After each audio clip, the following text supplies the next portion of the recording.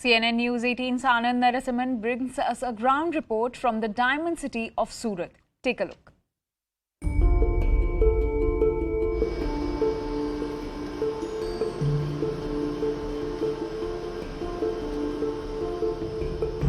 देखिए, सूरत में व्यापार की बात होती है तो दो चीज़ें सबसे ऊपर आती हैं, एक टेक्सटाइल और दूसरा हीरा।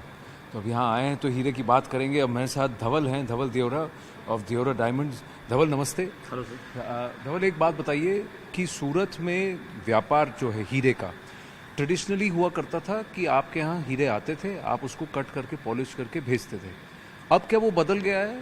क्या हम लोग कुछ अलग कर रहे हैं? करंटली सर, अभी पहले कैसा था कि सारे जो नेचुरल माइन डायमंड थे, क्योंकि नेचुरल जो डायमंड्स है वो सारे अफ्रीका में सिचुएटेड है और रशिया में है और कनाडा से, तो सारे डायमंड बाहर से आते थे। हम यहाँ पे कट एंड पॉलिशिंग का काम उसको फिर री एक्सपोर्ट कर देते थे टू कंट्री, यूएसए, यूरोप वगैरह पे। अभी रिसेंटली 2-3 साल से ये इंडस्ट्री में ऐसा चेंज आया है कि यहाँ में अभी लैब ग्रोन डायमंड सबने बनाना चालू किया है इस इंडस्ट्री में। तो उससे सबसे ज़्यादा जो फ़ायदा होगा ये होगा कि जो हमें इंपोर्ट के लिए ज़्यादातर हमारे यहाँ से पैसा बाहर चला जाता था, अब वो हमारा जो भी एक्सपोर्ट होगा वो क्लीन एक्सपोर्ट होगा। तो यहीं पे डायमंड ग्रो हो गए, यहीं पे कट एंड पॉलिश हो गए and will directly export the diamond. तो जो मतलब जितना भी एक्सपोर्ट होगा वो प्योर एक्सपोर्ट होगा, जिसमें इंपोर्ट कुछ किया नहीं होगा। कुछ किया नहीं होगा। तो ये जो लैब ग्रोन डायमंड्स इसको कहते हैं, ये आर्टिफिशियल डायमंड्स अगर इसको कहा जाए, इन दोनों में फ़र्क है? एक पहली बात। दूसरा, इसको ग्रो करना कितना कॉम्प्लेक्स है, कितना एक्सपेंसिव है, और कॉस्ट वाइज अगर देखा जाए और क्वालिटी वाइज अगर देखा जाए तो ग्राहकों को कितना डिफरेंस लगता है? सर, अगर लैब ग्रोन और नेचुरल के बारे में आप बात करो तो लैब ग्रोन डायमंड को आर्टिफिशियल टर्म देना, वो हम तो उसे मैनमेड डायमंड कहते हैं, या फिर जो हमारी कंपनी में हम कहते हैं उसको अबोव अर्थ डायमंड कहते हैं। तो it's a purely sustainable diamonds. तो उसके अंदर सर क्या है कि कोई फ़र्क कुछ नहीं है। If I give you example, there is a naturally consume baby और अ टेस्ट ट्यूब बेबी। दोनों के दो ही आँख होते, दो ही कान होते, एक ही नाक होते। So optical properties are same, physical properties are same, chemical properties are same, everything is same.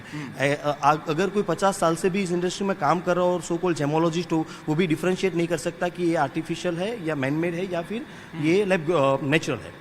Cost में तो बहुत ज़्यादा फ़र्क है, क्योंकि जो नेचुरल डायमंड्स है वो काफ़ी एक्सपेंसिव है। अगर मैं अभी आपसे बात करने जाऊँ तो आई गेस जो लैब ग्रोन डायमंड्स है that is running on the 5% to 10% cost compare to the natural diamond. इससे क्या होगा ना सर, एक नया ही मार्केट खुलेगा। जो अब तक अफोर्ड नहीं कर पा रहे थे डायमंड को, ठीक है, उसका एक नया एक वर्क खुलेगा। तो ऐसा नहीं है कि नेचुरल का डायमंड का बिजनेस कम हो जाएगा, but the good thing is कि यहाँ पे और 3-4 लाख लोगों की नया एम्प्लॉयमेंट की एक अपॉर्चुनिटी खुल गई है। क्योंकि वो जो पॉलिश होते हैं, वो कट होते थे नेचुरल डायमंड, वो तो होने ही वाले हैं। उसके अलावा एडिशनली ये होने वाला है। तो गुड पार्ट इज दैट कि अगले 4-5 साल में दूसरे 3-4 लाख लोगों को डायरेक्ट एम्प्लॉयमेंट ये इंडस्ट्री में मिलेगा।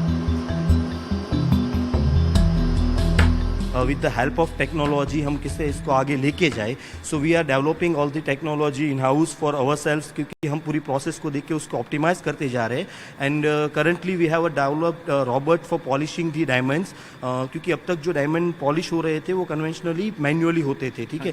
सो we have develop a technology with the help of AI to polish the diamonds, I mean to polish the 56 facets on the diamond completely automatically. Great. तो AI coated, AI polished, home grown diamond from Surat, और वो भी B2B नहीं, B2C। अब ये directly आपके पास पहुंच रहा है। You can access them directly, है ना? मजे वाली बात।